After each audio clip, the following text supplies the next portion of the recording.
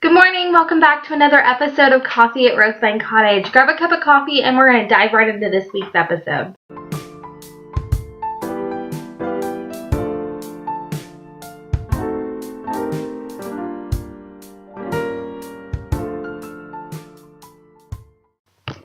As we roll into Joshua 9, we find the Israelites in an encounter with travelers supposedly from a distant land, begging for friendship. As we continue to read, we discover the truth of these travelers are really from a neighboring city, but they put together this grand ruse of packing dry, moldy bread and putting it on worn-out clothes so it looks like they've been traveling for a long time, when in reality they're only neighbors. Scripture tells us that the Israelites sampled their supplies but didn't seek the Lord's will, and instead of seeing these travelers for what they are, they're taken in. They had all the right answers. They knew all the right phrases to earn their trust.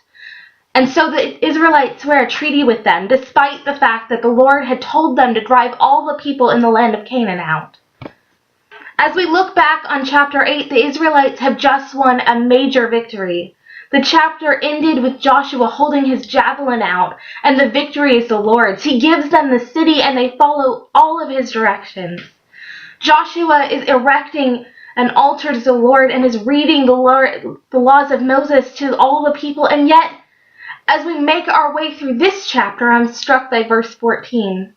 The Israelites sampled their provisions but did not inquire of the Lord.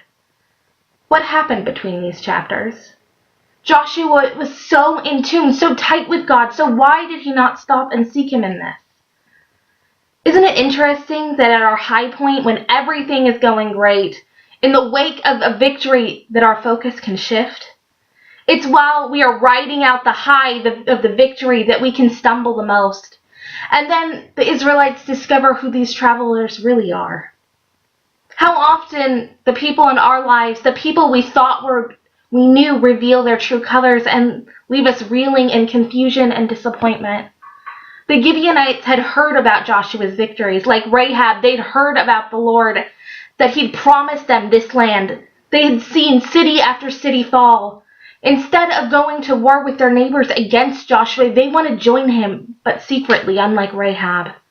They didn't want to serve God. They didn't want to be a part of what he was doing because they loved him. They just wanted what they could get out of it. They decided they wanted in on the action. They wanted to be a part of that crowd and the protection it promised. They wanted to live off the coattails of what God was doing. Everyone has heard of the Israelites and their God. Maybe they wanted a little of that fame.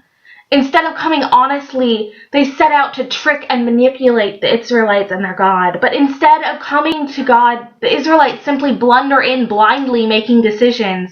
God saw through the deception. He could have told them if they'd only asked. How many of us have some relationships like this, some friendships like this?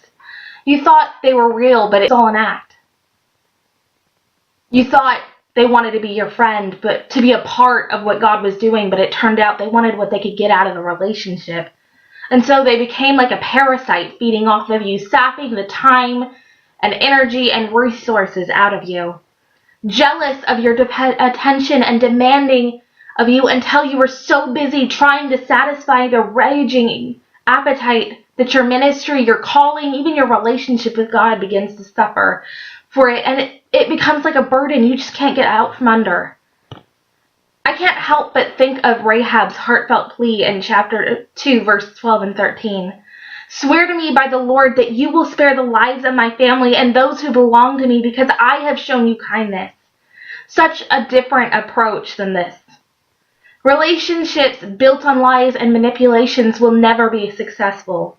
They will only lead to exhaustion and disappointment. We have to be careful who we let in our inner circle, who we allow in the position to hold our arms up, who we let into our war room to see our plans and our dreams and speak into our lives. We have to guard what God is doing so people can't come in and drown the fire because they feel threatened by what he's doing. We have to guard our friendships so that people who just want the fame of what God is doing, they want to be known for hanging out where God is moving, but they don't actually want to be involved, don't sap away our strength and become dead weight that we just are dragging around. We find in Joshua the perfect example of a parasitic relationship. As the Gibeonites are faced with battle, they immediately call for Joshua to come save them. Gibeon is an important city in the area, and all of its men are good fighters, but they still make Joshua bring his army and fight their battle. In fact, they sound like whining children manipulating to get their way in verse 6, begging for Joshua's time, energy, and resources. We need friends who will tell us the truth in love, that will hold our arms up when they know they're not going to get anything out of it, who will see what God is doing and encourage our hearts, who will be an ally when the battle does come and will fight it with us and storm heaven's gates on our behalf. We need the kind of friends that are the same in the dark as they are when the spotlight is on. We need to seek the Lord in every friendship, every relationship. We need relationships that are a tandem pull toward the Lord, not us dragging them with us.